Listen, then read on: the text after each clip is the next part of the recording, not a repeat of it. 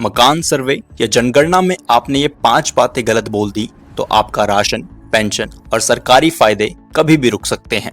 दोस्तों, पूरे देश में अभी सिर्फ मकान सर्वे नहीं चल रहा, बल्कि मकान सर्वे के साथ साथ जनगणना का सर्वे भी एक साथ हो रहा है।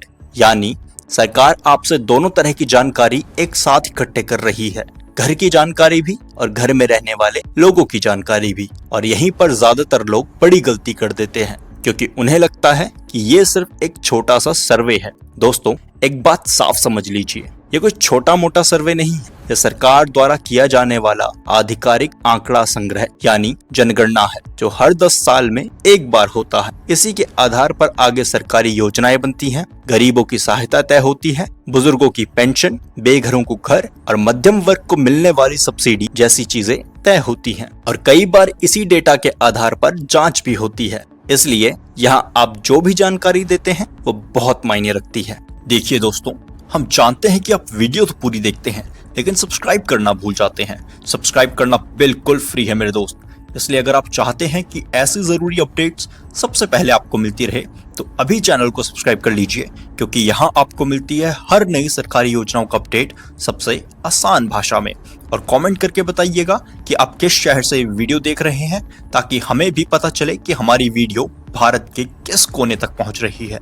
दोस्तों, अब सीधा आते हैं मुद्दे पर। आखिर इस सर्वे में आपको क्या नहीं बोलना चाहिए? सबसे पहली गलती है झूठी जानकारी देना। बहुत लोग सोचते हैं कि थोड़ा सा आंकड़ा अगर इधर उधर कर देंगे तो शायद कोई फर्क नहीं पड़ेगा। जैसे घर में कितने लोग हैं ये गलत बता देना, आमदनी कितनी है ये छुपा देना, या घर की हालत कैसी है ये गलत बता देना। लेकिन सच ये है कि आजकल सारी जानकारी डिजिटल तरीके से दर्ज होती है, और कई बार इसे आधार कार्ड, राशन कार्ड और दूसरे सरकारी रिकॉर्ड से मिलाकर भी जांचा जाता है। अगर जानकारी में फर्क मिलता है तो आगे चलकर आपको मिलने वाले सरकारी लाभ भी रुक सकते हैं, या आपको जांच के लिए भी बुलाया जा सकता है। दूसरी बड़ी गलती, घर के लोगों की जानकारी छुपाना। कई लोग जानबूझकर घर में रहने वाले लोगों की सही संख्या नहीं बताते, जैसे किराएदार का नाम छोड़ देना या बाहर काम करने वाले सदस्य को शामिल ना करना। लेकिन याद रखिए, यही जानकारी भविष्य की योजनाओं के लिए इस्तेमाल की जाती है, जैसे बिजली, पानी, राशन और दूसरी सुविधाएं। अगर आपने किसी सदस्य को छुपाया तो बाद में उसी वजह से परेशानी भी हो सकती है।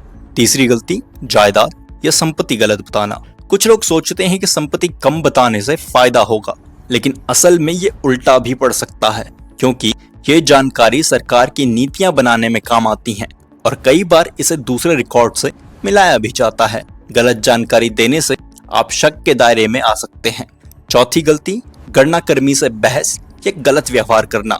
जो लोग सर्वे करने आते हैं वह सरकार द्वारा अधिकृत लोग होते हैं। उनका काम सिर्फ जानकारी इकट्ठा करना होता है।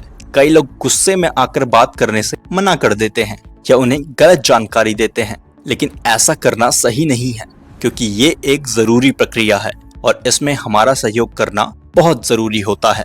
पांचवी और सबसे जरूरी गलती, अधूरी जानकारी देना।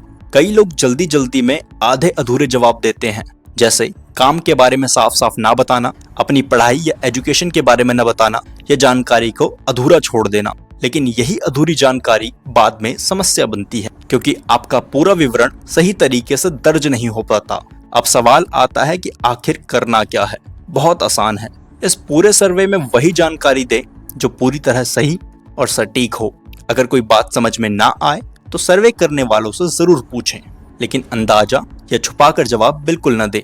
और एक बात हमेशा याद रखें कि आपकी दी गई जानकारी गोपनीय रखी जाती है, उसका गलत इस्तेमाल नहीं किया जाता। लेकिन अगर आपने गलत जानकारी दी तो उसका नुकसान आपको ही उठाना पड़ सकता है। तो दोस्तों, अगर आपके घर भी मकान सर्वे और जनगणना दोनों का सर्वे होने वाला है तो आज से ही सावधान हो जाइए और ये 5 गलतियां बिल्कुल मत कीजिएगा। अगर आपको ये जानकारी उपयोगी लगी तो वीडियो को अपने परिवार वालों के साथ जरूर शेयर करें, दोस्तों को व्हाट्सएप पर भेजें, क्योंकि ये जानकारी हर घर तक पहुंचनी चाहिए।